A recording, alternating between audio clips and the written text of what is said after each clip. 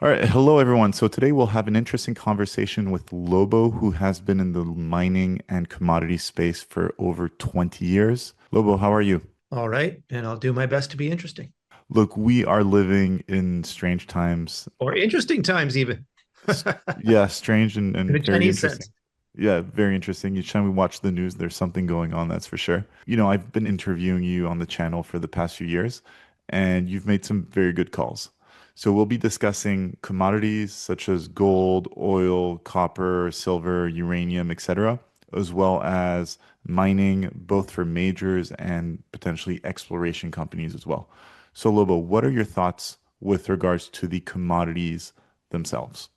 I always like to preface any remark, any macro remark like this by reminding the audience that I'm not an economist, but that could actually be a good thing given how the wrong Ray Corrigans of modern economics seem to get everything wrong. I called stagflation ever really since COVID and the war. Now things just kind of pile on. And I think that's been basically right. Nothing happens exactly when or how you expect it to, but that's where we are. And I mentioned that specifically because it's relevant to the commodities, but it's also relevant to the wrong way Corrigans because in their models, stagflation doesn't even exist. Inflation is supposed to be something that happens if the economy is overheating, which is why the supposed cure for inflation is for central banks to ratchet up interest rates and throttle the economy because it's too hot, generating all this inflation. Nothing to do with money printing. And so, what do they do when they have a cooling economy and high inflation? They have nothing in their toolbox for that. And so beware of the wrong way Corrigans in modern economics. There is such a thing as stagflation. How we could just ignore the entire decade of the 1970s, I don't know, but they have for a long time. And now here we are. The chickens have come home to roost.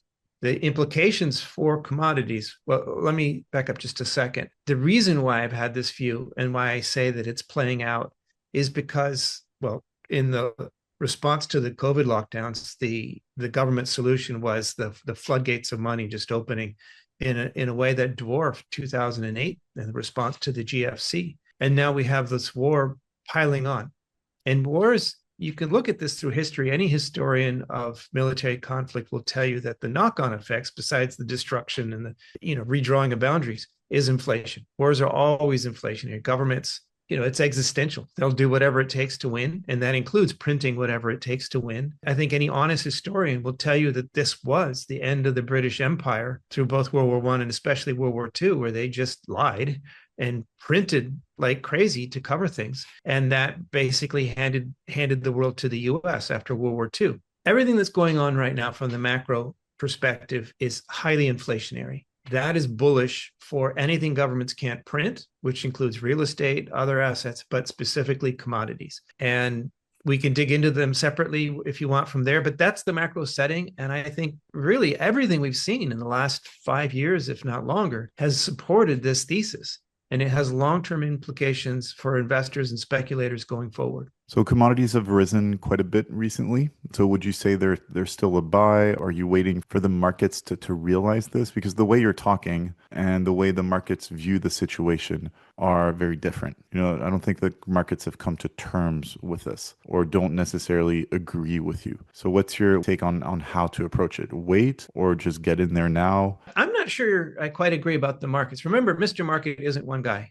It's millions of people around the world and the aggregate of their decisions. And if you look at, okay, gold and silver have backed off recently, but they're still historically, nominally at least, at very elevated levels. Copper is near all-time highs. Oil is back in triple digits. And you can say, oh, well, that's just the war, but it's there, right? Whatever the reason, it is there. And the war fits into my broader thesis of stagflation and other things as well. If you look at the Bloomberg Commodities Index or one of these other indices that show commodities as a basket, if you look at it like the last 5, 10 years, it looks like it's at an all-time high. If you pull back and look at it bigger picture, it's not. We've seen higher periods actually pre-GFC. There's a huge spike in commodities and farther back. So it's not at all-time highs, but it is very high on a historic basis. And this is an index. This isn't the price of copper that needs to be adjusted for inflation. This is an index. This answers your question in that it's very difficult for me to say that this is an opportunity to buy low. The bullish case does not mean that all-time highs are a cheap entry point. The idea is to buy low, sell high. It is possible to buy high and sell higher, the greater fool theory, but it is not the same thing. And the time-tested true formula from Warren Buffett to Peter Lynch to Jesse Livermore back in the day, the idea is buy low, sell high. That's how you make money reliably. Getting lucky, jumping on momentum can happen, but it's a completely different thing. And it's much more difficult. I don't recommend it. I don't know anybody who does that reliably. Even Livermore, the rules changed on him multiple times. He had to relearn his game. So I see you're ready with the next question, but just to really hammer this home, I'm super bullish. I have a macro thesis that I think spans a decade, but that doesn't mean that you have to buy today.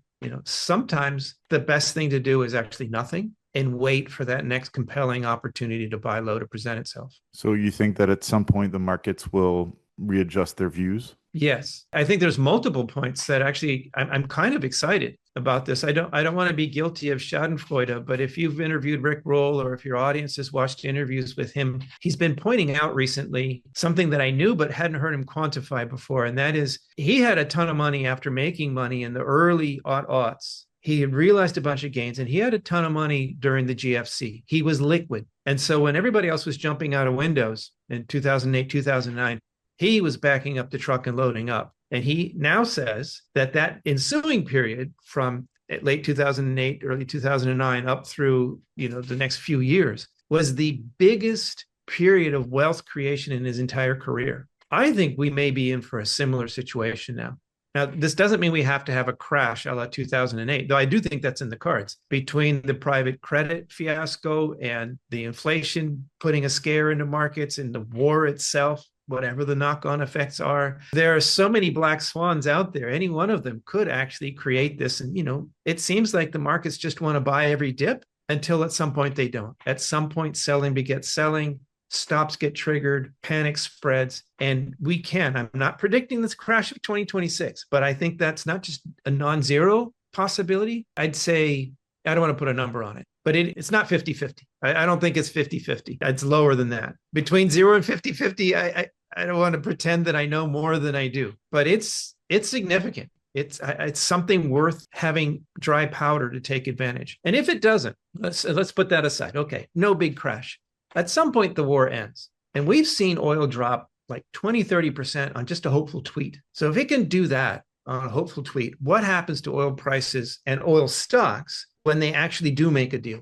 It's possible that doesn't happen all year, but if there's no end to this war, I do think that actually raises the odds of that market crash. So we get a buying opportunity anyway. But it seems to me that Trump really wants out of this war. He wants it over. All the Republicans know that the midterm elections are coming in the US and this war is hurting them. So I do think they want out. And let me be very clear here. I am not saying that when the war is over, that oil goes back to 50 or 60 bucks and stays there and everything is happy, happy, joy, joy again. I know Doomberg has been calling for lower oil prices after the war, but I think that's going to take time. What I'm saying is I think the announcement itself will create a buying opportunity. One of the reasons why I've been so patient is because I've been hoping to buy all year long, but it's for this reason, because I think that'll come right back again. I think the announcement of peace will cause a major buying opportunity to oil, and then everybody will be, oh, wait a minute, what about all that stuff that got blown up? What about Qatar saying it's going to take 3 to 5 years to get back to normal? All these things I don't think will take long to overcome the immediate euphoria of, yeah, the war is over, woohoo. So I'm not dead certain of this. It's just one possibility, but I have the cash ready if it happens. So there's the crash as a potential. There's the end of the war potential. And then there's also the potential, just the war drags on, or even if it ends, the knock-on effects of the war hit the economy. And that puts your industrial minerals on sale, particularly Dr. Copper, so-called PhD in economics, right?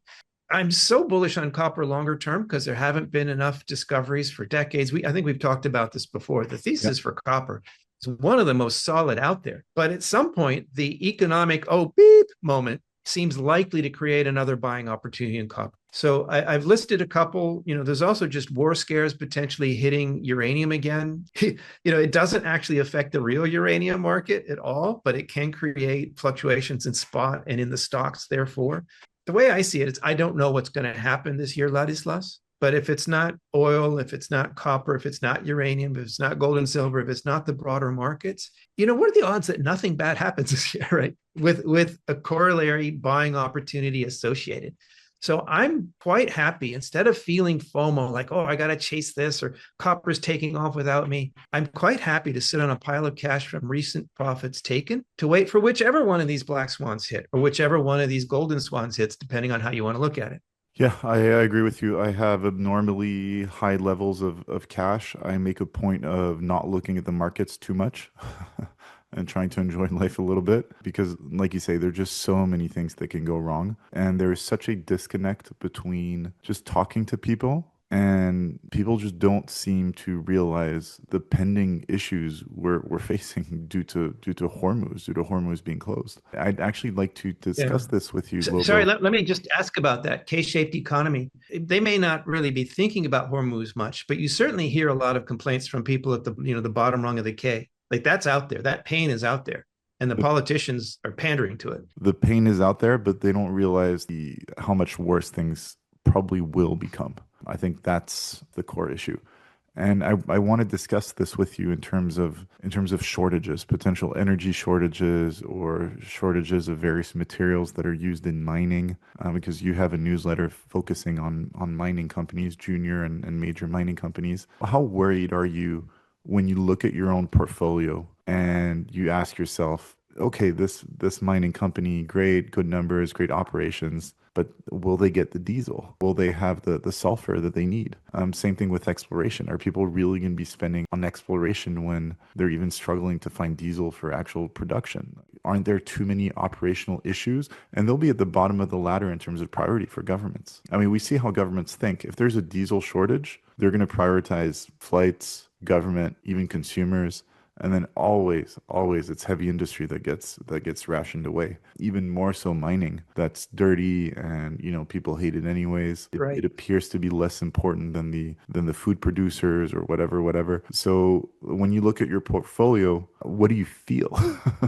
Or how are you looking at this? Well, okay, so I'll answer this like really and then theoretically, because as we just discussed, I'm in an unusual position. I didn't just take profits on my gold and silver wins. I got in on gold and silver early. I had huge unrealized gains. So I realized them. I'm almost completely out of gold and silver stocks. Before you throw rotten tomatoes at me, audience, not gold and silver themselves. I don't sell an ounce of bullion. That's my savings. I don't touch that unless there's a great need or opportunity. So the gold and silver stock newsletter guy is mostly out Yes. of gold and silver Yes, stocks. yes, yes, Take that is note. true. And it might make it difficult for me to sell newsletters right now, but it's the right thing to do in the face of the unknown.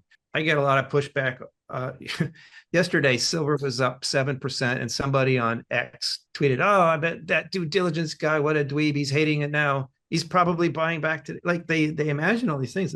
No, there is no profit until it's realized. And whatever happens, let's say gold and silver double from here in this year, right? And I miss out on all that. I like ranging from double triples. I got 111 bagger that I realized, right? That money is mine. It's in my pocket. I paid off my mortgage and I have it ready to rotate into the next buying opportunity. Like those gains cannot be taken away from me, whatever happens. So no, silver wiggling today or gold wiggling tomorrow doesn't change the math there or the reality there. The answer to your question is right now. Well, I should also say maybe it's a mistake to think of me as just or mostly a gold and silver guy. That happened to be a heavy part of my portfolio, but I'm interested in all metals and mining and oil, natural resource mineral commodities. That's my wheelhouse. So now my portfolio is almost entirely uranium, and which, by the way, if you look at uranium during the last four major recessions, it went up to sideways or slightly sideways up in 3 out of 4 of them. And the one where it went down, that was during the GFC, and uranium had peaked in 2007. So it was already screaming downwards going into 2008. So that had nothing to do with the recession or the global economy.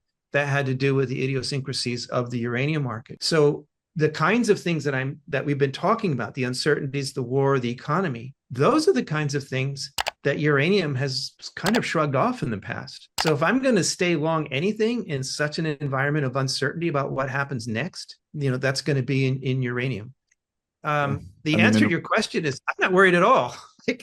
like, I almost can't get hurt. If something that whacks uranium, like a market crash, yeah, that would whack uranium as well. But of course, then I just buy more. Now, if that wasn't the case, if I didn't have big wins, if I had bought in, let's say somewhere in 25, and I had some nice gains, but I didn't have these big unrealized gains to deal with, and I was still massively long, then I think my decision making would be quite different. I would be holding. I would be looking to average down. I'd probably be looking to raise external cash to add to my positions should we be so lucky as to have any one of these opportunities we talked about earlier. Garage sale, sell some blood, something to raise more money. Because I do think the one sure thing is that volatility. And by the way, people say, oh, he's turned bearish on gold and silver. That's not true. Locking in gains is not the same thing as turning bearish. Yeah. Saying that there's uncertainty is not the same thing as saying, I know it's going down. So my base case, for whatever it's worth, my base case is actually a period of correction consolidation, like we saw after gold went up to $2,000 in 2020, something like that. And then the next big move, I still think will be higher. But I am cautious because this year's peak in January, there are echoes to 2011 in the charts. And, I'm not normally a TA and I don't place too much weight on just the charts, but it's kind of spooky when you see something like that. And it certainly does not help to just stick your head in the sand or say, oh, I'm not listening. The idea is to make money, not to be, religiously faithful to your thesis. Yeah, uranium has an ever stronger case now thesis, especially with energy security is coming back to the forefront. And it's going to come back to the forefront even more so, I think, in the next few months when voters are going to start to feel it, because right now no one's really feeling it. So I think it has bright days ahead. But then the question is, how are you playing it? Are you playing it by buying physical? Are you buying, juniors? Are you buying majors that are already producing? Because also, if they're producing, have they locked in their pricing? And they might have increases in production costs. Like, how do you play uranium? Well, so a couple of things. One is back to the way you phrased the question, that election thing and so on. That's kind of US centric, maybe somewhat European centric. But in Asia, where they're so dependent on exports of energy from the Middle East, like even if the straits reopen, even if they fix everything, the wake-up call doesn't go away after. So I think it's almost baked in. I've been saying for some time, and I think the events since this latest war have just cemented it solidly in place. I think it would take a Chernobyl scale, not a Fukushima scale. I think it would take a Chernobyl scale event to derail the nuclear renaissance this time, because it's just so obvious. Right? You've got to have something that works when the wind doesn't blow and the sun don't shine. And you can't store enough coal to run Japan, right? But for years, in case of another disruption like this, but you can store enough uranium to do it. I think that is just, it's kind of like one of these emperor has no clothes moments. There's no going back. So I'm extremely bullish, absent, again, a major nuclear accident. I'm extremely bullish in this space. How to play it is really not so much about the market, but it's about the individual making the investment. If you're pretty risk averse, if you've got a nest egg that you can't afford to lose, but you want some exposure to this high probability trajectory, then you just stick with an ETF that gives you exposure to the metal itself. You certainly don't want exposure to the metal itself. Stuffing your mattress with uranium is not a good idea. But thankfully, there are products out there that may or may not rhyme with sput. I don't want to make a stock recommendation here, but you can do that. If you want uranium, but you don't know which companies are best or how to get the most leverage, just buy an ETF that gives you exposure to the metal itself. And that's something I'd buy on the dip if I didn't have any already. If I want more leverage, if I'm seeking alpha, then, on down the food chain, the majors or major, are the most certain to give leverage to the upside, but less hockey stick potential on down the food chain. Ironically, there's, interestingly enough, something that you said in the way you framed the question. If I'm a producer and suddenly, I'm running some remote project on diesel generators, right? Gensets keeping my lights on, and diesel goes through the roof because there's a shortage. That's a problem for me as a producer. As an explorer, it's not. Okay, I might need some diesel to turn the drill rigs and so on, but it's nothing like operating a mine. And, I may have a depot there with a tanker that runs my drills for a month or two. And it's very unlikely that in the US or Canada or a place like that, you're going to run out of diesel for very long. You may have to pay a little bit more. You may have a bit of a delay. But the other thing is about exploration is since these companies, they're explorers, they have no revenue in most cases. So they raise money in whacks of new shares issued to the market, private placements or other means, but usually it's a private placement. So if you've got a great project and investors believe in it, you can raise 20, 30 million bucks at a go. And that can fund your exploration program for 2 years, 3 years, depending on how aggressive and how big it is, how many drills you've got turning. What I'm saying is the actual work of exploration is in many ways much more resistant to near-term economic wiggles because you've already got the money in the bank. You've got your next year's budget in the bank. You've already got a stockpile of oil. You've got your geologists on site. You just keep drilling and just ignore the market. In theory, anyway. In practice, if you're exploring for copper and your exploration is going well and you're discovering more, every drill hole keeps hitting more copper, but copper sells off with the broader market, you're still going to get whacked. And actually, I think that's an opportunity. When the markets fluctuate and the price of something changes without the value changing, that's either an opportunity to sell if prices exceeded value or to buy if price is lower than value. And the fact that Mr. Market can be so, manic depressive is actually the very thing that creates opportunity for more disciplined speculators who can tell when things are overbought and oversold and act accordingly. By the way, we started talking about buy low, sell high. This is what makes that happen. This investment psychology, Ben Graham wrote about it almost 100 years ago. It hasn't changed. And it just repeatedly, time after time in these cycles, creates opportunities. So anybody that's maybe new to the space or your audience isn't just metals and mining people, so they might be excited by the record highs in copper or whatever and wanting to get in. The real takeaway here, if you remember nothing else, is FOMO is never your friend. You don't want to just jump on and chase anything. And maybe this isn't going to help me sell newsletters to say this, but buy low, sell high still works. And have the discipline, have the patience, wait for that compelling value proposition, and then act. That's how you make money over time in the space. Words of wisdom. Thank you, Lobo. With regards to uranium, I actually exited. I was very exposed to uranium since 2019, 2020. I participated in a lot of private placements early on, and I exited almost all my positions in October. There was a really good run in uranium back in October.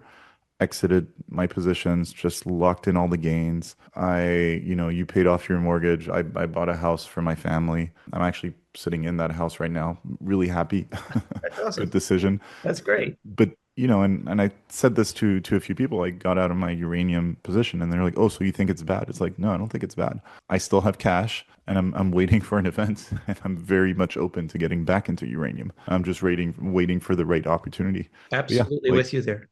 and it's not If like there's I'm another war trading. scare that makes no difference, I Yeah, would buy some of the same stocks I just sold. Oh, yeah. sorry. I'm still long uranium more than you apparently, but I'd have taken profits. I just didn't liquidate the positions, Mhm. but I'm risk free in most of my uranium stocks. Whatever happens next, I can't lose because I've already recovered my initial investment. Yeah, and that's how you sleep well at night, and that's how you make sound decisions because the risk of FOMO, I mean the appeal of FOMO is so strong right now.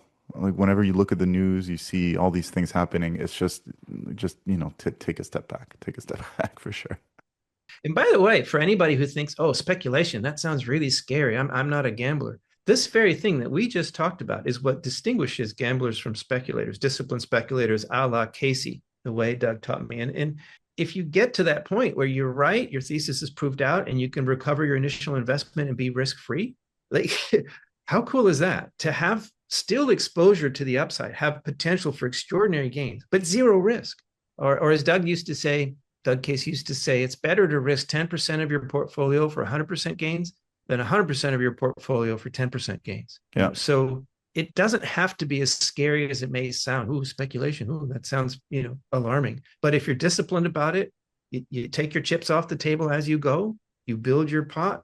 Let's just say I've done better than buying CDs and leaving my money in the bank. Look, and I have to say a few good words about your newsletter.